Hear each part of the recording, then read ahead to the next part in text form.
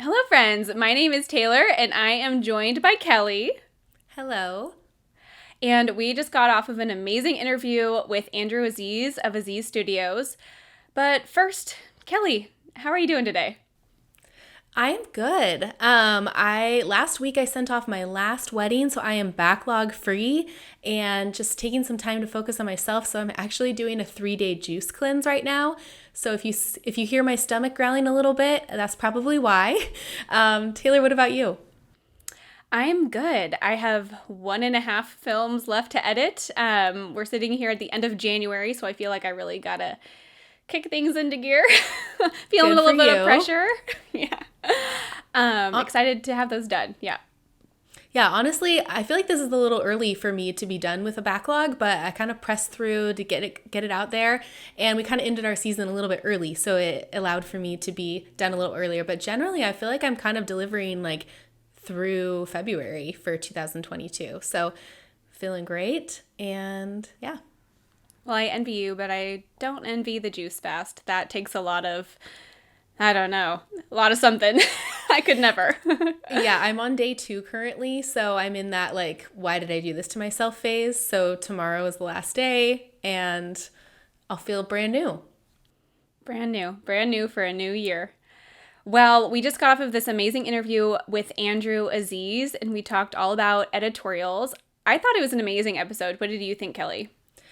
I love him. I love his work. There's just so much that he just gave us so much knowledge, dropped so much that we could implement in all of our businesses. I just feel like he has been so choosy in the editorials that he's chosen so well. So I think that's something that we can all really look to as we are adding editorials to our portfolio and adding editorials as a way to gain relationships to get ourselves into a new level of a market that we want to capture. Yeah, I couldn't agree more. We talk about it in the episode, and we won't keep you guys for long here in this intro. But Andrew and I started around the same time, filming weddings, that is. And without editorials, I don't think either of us would be where we currently are. So I definitely love to champion filmmakers into considering adding that into their business strategy. And this episode will like really open your eyes as to why that is. Yeah, so thanks so much for joining us, and I hope you enjoy the conversation. This is the Level Up Podcast. I'm Taylor Petrinovich, And I'm Kelley Gilster of 618 Studios. and we are on a mission to help filmmakers level up their businesses and their craft so they can make more and work less. We want to help you confidently take your business from mainstream to luxury, and it all starts right here.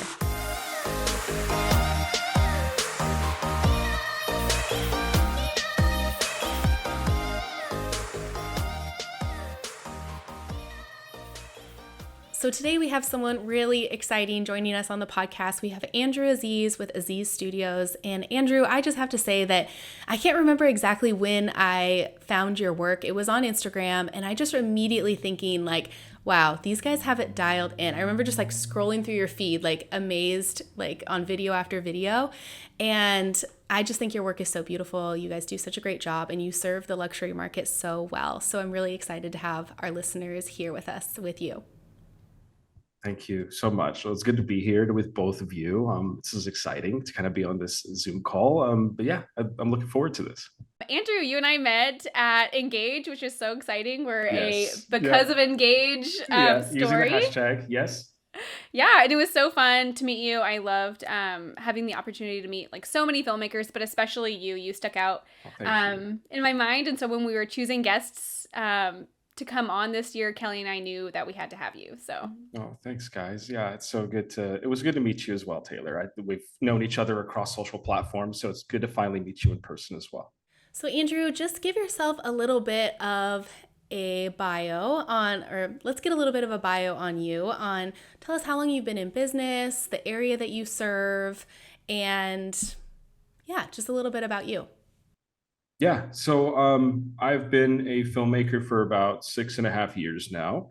That's kind of when I started doing this completely full time. I don't have a particular area I serve. I kind of travel everywhere. My area of focus as of late has been, the Central California region, Santa Barbara, And then just recently just started traveling abroad, which has been amazing. It's been a lot of fun doing that. That's amazing. So you and Taylor are kind of on the same trajectory. Taylor, you're 6 years in as well? Yep, 6 years. Yep. It's That's fun amazing. seeing people who are like kind of growing alongside you, you know? Yeah, yeah, yeah. It seems to be the golden numbers, like the five. Everybody's in 5, 6, 7 years. Kelley, you've been doing this for a while though, as well. You're like, right? We're Paul and I are just like the grandparents of the industry. It's feeling like we are entering our 13th year. Yeah, So we that's have amazing. seen, yeah, we've seen lots of new and amazing talent enter the industry in that 5 to 6 year plan. And yeah, it's just amazing to see how many new people are just rising with the tide. So one of the things, Andrew, that we wanted to talk specifically with you is editorials and styled shoots and how you have used that to leverage entering the luxury market, just refining your portfolio, and just how those have served your business. Yeah, editorials have been a big part of both creative expression and exploration, as well as kind of it led into the luxury market. I would say I wouldn't even necessarily call it, as much luxury as it is stepping into more details and more floral arrangements and larger days of events. And I think that came with just going after me wanting to expand my own knowledge base and me wanting to find out how to be more creative and to create better stories. And so I figured I would begin doing this once, twice, 3 times a year. Sometimes they were by invitation. Other times we would create them ourselves, just out of the pure need of wanting to create something beautiful and create content. And so we went about it that way. And that led, doing that diligently over a few years has led to a ton of self-exploration, correction, learning about cameras, learning about how light works, meeting new wonderful people. That was a really big part of it, is how many people you get to meet through these events and through these editorials.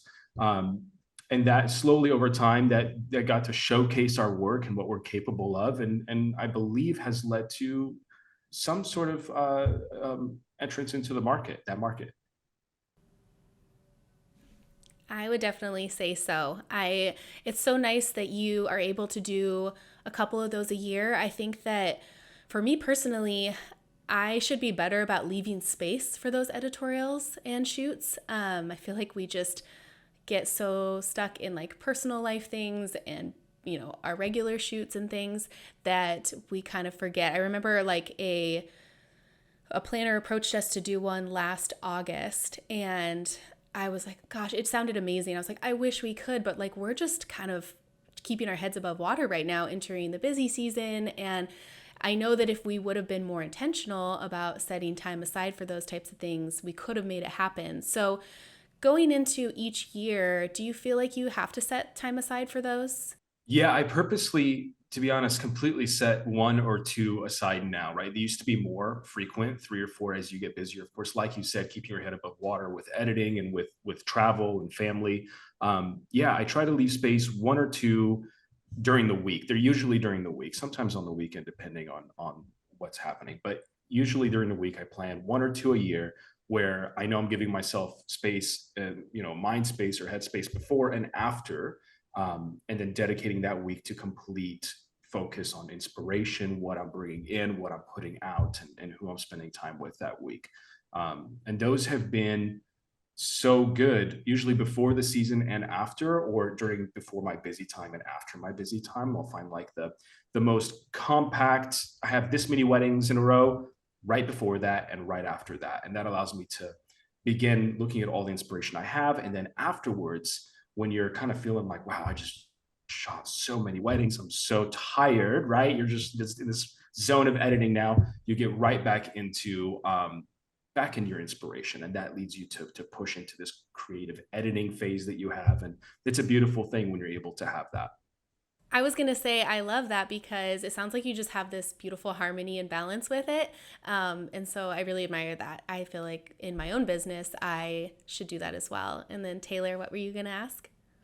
I was gonna ask, I think that sometimes like The difference between photo and video is so stark when it comes to editorial specifically, because photos, it's you photograph the moments and it's really easy to fake things because it's a static image. But I feel like with video, it can be a little trickier to get the content to come through with the same like level of like oomph like that a photo would get from an editorial. So I just kind of wanted to see what your perspective was on shooting specifically video editorial. Like, what are you doing to make sure the content really like works and feels natural and not like models standing? I have some of my own thoughts, but I want to know kind of what your like process is like. Sure. There's two different types of editorials I would say. I think the first one, of course, is when there are plenty of workshops that happen throughout the year. And sometimes I'll go and participate in one of those, and I'll videotape that and film it and come back. And those are really about getting to know every single person there, right? Because so many people are there to do the same thing, create content. And you get there and there's 15 people, there's 15 photographers, you're the only person. You're like, how in the world am I going to do this? And so what I've done is I really dedicate time at least an hour before I get there. I won't touch my camera and I will talk to every person that I can, right? And really try to, again, it's like taking the hospitality of what we do at weddings and bringing it into this and trying to serve every person there. Through that, there seems to be this allowance of space that I'm able to get to fully direct, even if it's just a minute or two, right? So for the workshops, you really have to know, okay, for example, in my mind's eye, I want 3 different shots of the same thing, wide, medium, and tight, and I'm going to get those 3 as quickly as possible so everybody else can get their content, right? The idea is to never step on toes there. And then with the editorials, when you're working individually on just say you and a photographer, there really is a harmony that takes place, right? Maybe not in the beginning, maybe it takes 20 minutes for the models to warm up to me, I to them, me to the photographer. And then from there, it slowly just comes into play and you're bouncing creative ideas off of each other and moving quickly and moving slowly. Sometimes you'll sit in something. So there really is finding a harmony in both and really knowing what you're going to hop into before you go there, right? If you go in, you're like, I got to get all these shots. I'm gonna try and get as much footage as I can to create these beautiful scenes and whatnot. It's going to look more like what you have been doing, and less of something more innovative and new, right? And so when I go to one of these, I don't want them to look like a wedding. I want to find something that's going to be completely different and captivating, right? So taking the idea of a wedding and making it something new, and that's kind of the mindset I have going into these. I love that. One of my favorite like angles for editorial shoots is to like focus on the fashion, like in making it more of like a fashion shoot. Think like a Peyton Frank, like Instagram post or something like that. Yeah. Do you go into these shoots? I'm thinking like tangible, practical things that people will help them with like mindset shifts when it comes to editorial. Because I do think that there's like a block for a lot of filmmakers, like being hesitant to jump into editorial work, but I always love to encourage it. Do you go into an editorial with the format of content that you want? Like you're like, today's all about Instagram reels, or today's about a banner for my website. Like, are you going into it with like that mindset and already with a plan? No, I'm not. Usually I go in with the idea of wanting to create just let's say a 1 to 2 minute, like you said, a fashion reel, right? That's kind of my inspiration for things, is looking at different magazines or books, right? If there's like a Tom Ford book or whatever, just grab it, look at it, see what is the model doing, right? Or a Cucinelli book, grab it, look at it, what are they doing in there? And you have to really build that out ahead of time. I usually will begin with that, and I'll begin with music before I get there weeks in advance. Oh, Right. So interesting. I will have the music for this editorial laid out before I arrive on scene. And that kind of sets the mental note for how I'm going to film this, right? Is it going to be fast paced? Is it going to be slow? Is my camera movement going to be super quick? Like for we did one at Lake Como last year. And I saw that. Oh my God, so good.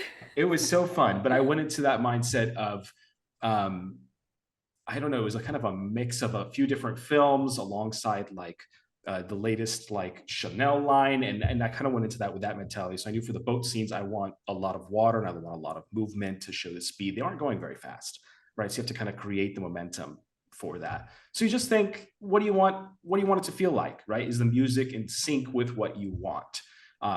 And so I say music and sound is such a big part of those before you get there. That's just how I do them. Mm. I love that.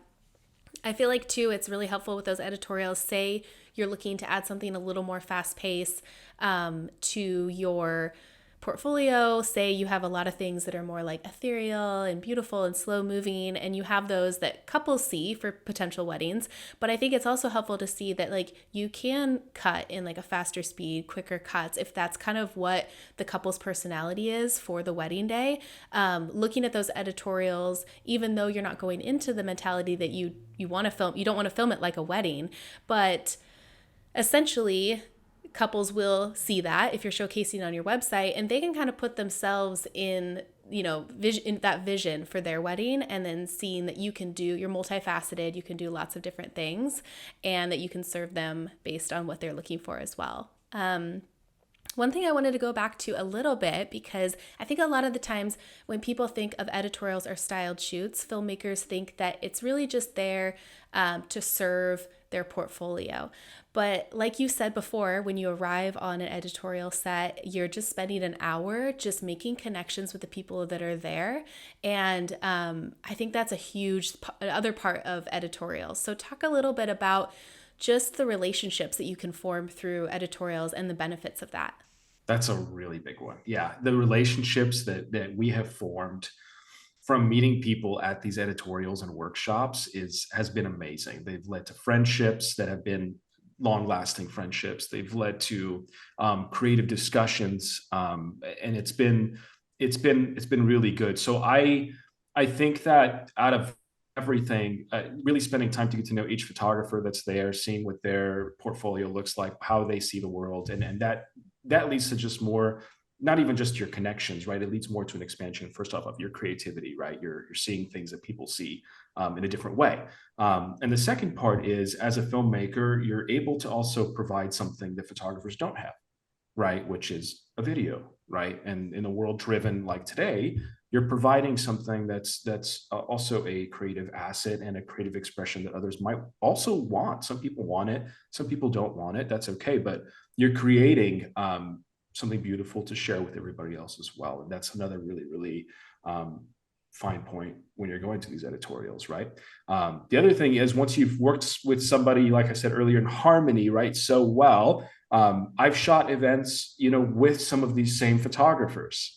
And so that has been really nice. You fall in sync with somebody, you've traveled with somebody, especially when you're at a destination, right? That's a whole nother ballgame of traveling with all your stuff, getting there. There can be stressors of transportation, and then doing so efficiently. Photographers notice that. Photographers want to be comfortable and also be able to capture things the way they want it captured, right? And if you're able to work in line with that and also serve them, then why not do events together, right? At that point. So I think meeting people is so pivotal, is really focus on the relationships when you get to these editorials. The rest will fall into place. It really will. I love it. It's like a no risk controlled environment to see how you work with someone, like without the pressures of the wedding day and like things getting off kilter or not going smooth. I love it. And I would say 10 times out of 10, a relationship that you build in person is going to be much better than one that you make on Instagram. And so there's only so many ways to do that. And editorial is a great way to like go after that with intention. Amazing. So if there are people here listening who have never been a part of a styled shoot or an editorial, and they're interested in just figuring out how to make that happen, like what are the conversations that they should have? Are those with planners? Are those with photographers? Who's the one that kind of initiates this? Just kind of giving an overall flow onto how to dip your toes into editorials. Yeah, I would say both. Sometimes the work is important. You have to have the work, right? So you have the work, and you're like, oh, I want to dip my feet in this world of editorials. You have to kind of have people see your work.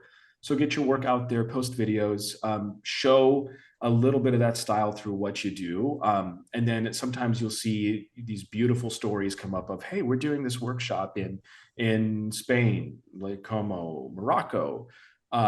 There is a personal investment you will make. I'm going to put that out very clearly. You will have to invest, right? You can't say, I want to be a part of this hey, I'd like to charge my full wedding day. This is how much my rate is for the day. A lot of these are sacrificial for you, for your creativity, for your business, for others. And you're going to be giving a lot of yourself to that. So please expect that going into that, you're going to be doing that. Unless, of course, it's a commercial aspect of, you're getting hired for a job. That's different.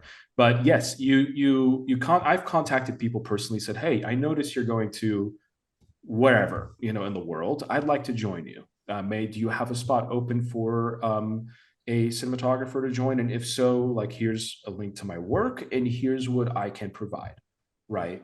Because you also are an extra body on the day, right? Of all these people that are either paying to attend, or if you're doing an exclusive, then, you're one-on-one with somebody. You want to make sure that you're invited into a space where you're welcome as well. So that's approach it from hospitality, approach it from wanting to serve whatever is happening. And of course, have the work in your portfolio ready to show, or your website, just to show what you can do. The other half of it, if you want to dip your toes and don't want to go that route, is to create one yourself, which we've done before. So finding a venue you absolutely love. We've paid for the venue, we've paid for the florals, we've brought the models in, we've done all of that before. Create something you want to create. And yes, that'll be an even bigger investment and a new experience. And it does take time to plan, but it may be worth it to try that out as well, to show, hey, here's a video I made on my own, right? And maybe you could partner with a photographer if you know a couple of photographers as well.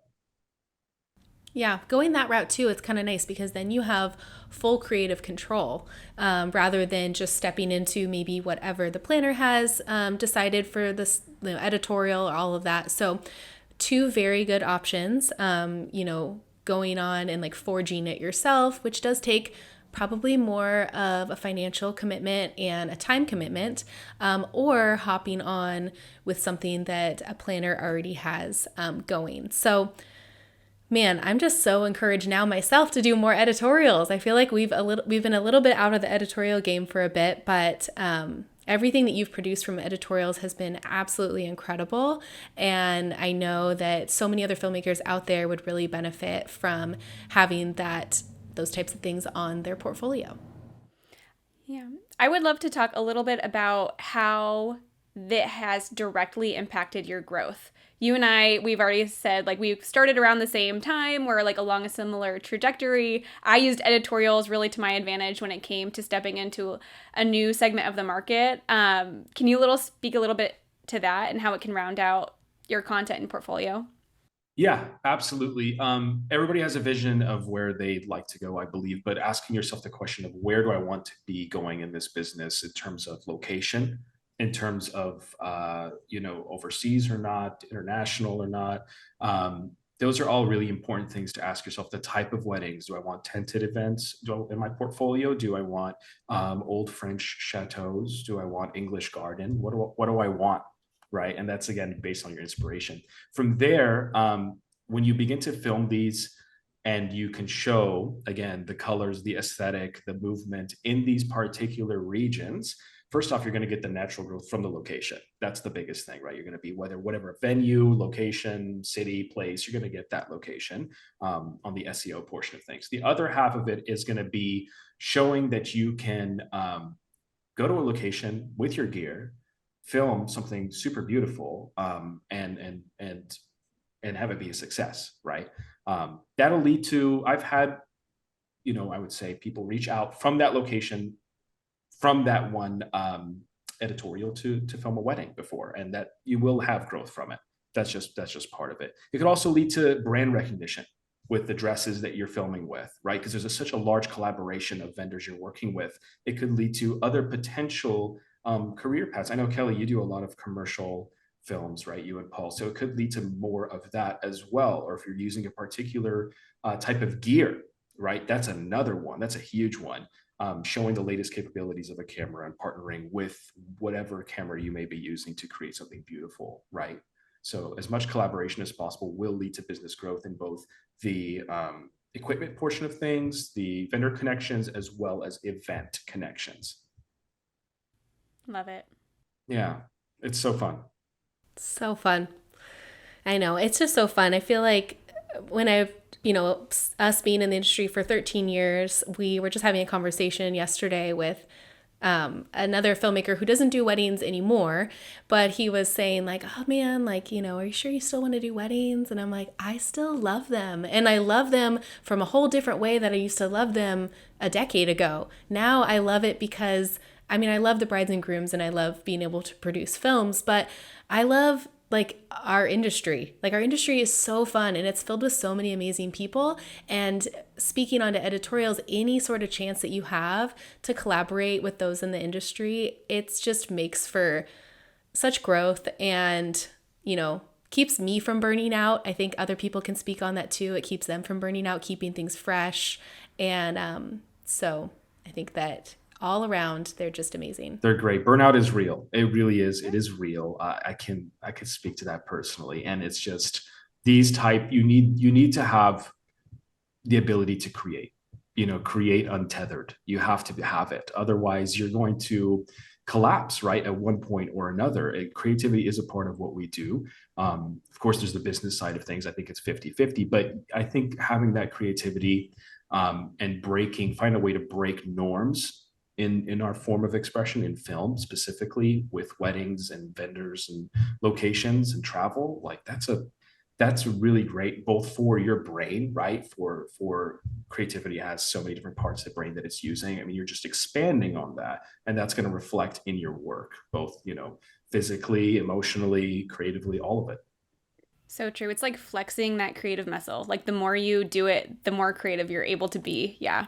Yeah, it's super funny. There's an Instagram account that I ran into this year. I believe he's a PhD. He's a neuroscientist. His name's Andrew Huberman. Okay, and he talks about the cognitive functions that happen when you create. Serotonin levels, like what happens when you create, and then where it goes from there, right? And it's a meditative process. And I think that there's a really great article that he wrote. I believe he's a neuroscientist at Stanford right now. But I think that everyone should check that out for sure to see like you really are flexing that muscle, and it does help you with burnout and not burning out for sure.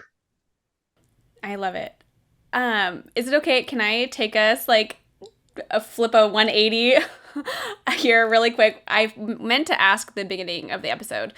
At Engage, I don't know if you sat in on Brooke Keegan's talk about pricing, but she said something that really spoke to me, which was about being really transparent with our industry partners, so that no one is undercharging or undercutting or like, I don't know. I really, really connected with the idea of pricing transparency. Would you be willing to share a little bit about your pricing? You don't have to get into like detail, but maybe like your starting and your average. Yeah, our average wedding collections will be for last year were about 17,000, right? That's just the average overall for a day. Sometimes there'll be a rehearsal dinner as well. Yeah, wedding pricing is one of those things where you really have to sit with yourself and ask, what do I think is fair and what am I worth, right? And if it's one of those things where you're like, this is how much work I have and where I'm at, then put it out there. And Brooke made a really good point, right? Because she said, stick to it. This is the number you want and stick to it. And so when you do that, you will you may get a lot of no's and you will get yeses. And those yeses mean the world, right? Because then you're like, wow, I really am worth this amount of money and I can proceed with pricing specifically. There are times to break it. There are times, this was brought up, I think also as well, Taylor. I think someone had brought up the question, is there ever negotiating? I didn't.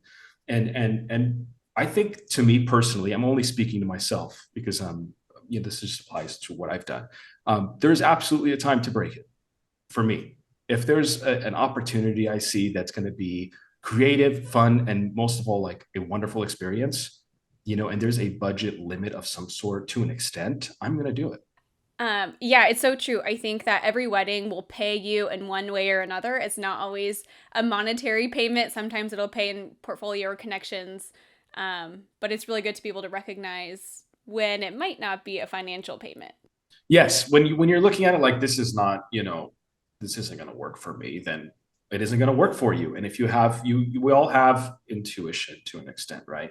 And so really honing in, I always go back to this, the more you hone in on yourself and getting to know yourself, the more you know your creative expression, the more you'll be comfortable knowing what to charge. That's just for me, right? The more I spend time with myself, like seeing, I do see, the quality in what I have. I know it's worth this. And I know I'm comfortable with this. So this is what I need to do. And you just go with it. You go with it. You really go with it and see what happens. And there could be a testing period where you're like, I'm comfortable here. You're like, oh, well, maybe I want to be comfortable up here and see what happens. And every time you do that, you're shifting your business one way or the other. Every time you do it, right? And it's just taking your business to the next level. With that comes an immense amount of responsibility as well. So please know, like the larger the event, the more hospitality, the more serving you're going to have to do, the more, your turnaround times. You're going to have to turn around a little faster than normal, right? Being able to capture things for people that would like something captured, right? Maybe a planner would like a film done, maybe a photographer, just being able to serve, right?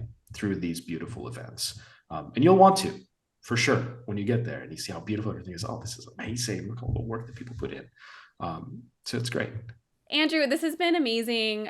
You've spoken so much to editorials and what they can do for our business, and I hope whoever's listening will consider adding that to part of their schedule for 2023. As we wrap up, can you share a little bit about where people can find you? Yeah, you can find us on our website, right? azizstudios.com, or our Instagram at Aziz Studios. And you could just send us a message if you have a question. I'd love to help. Thanks so much, Andrew. You're the best. Thank you for joining us in this conversation. If you enjoyed this episode, please help us reach more filmmakers just like you by taking a screenshot and sharing it on social media. Don't forget to tag us at The Level Up Co. And join us again next week, same time, same place, as we continue to level up the industry together.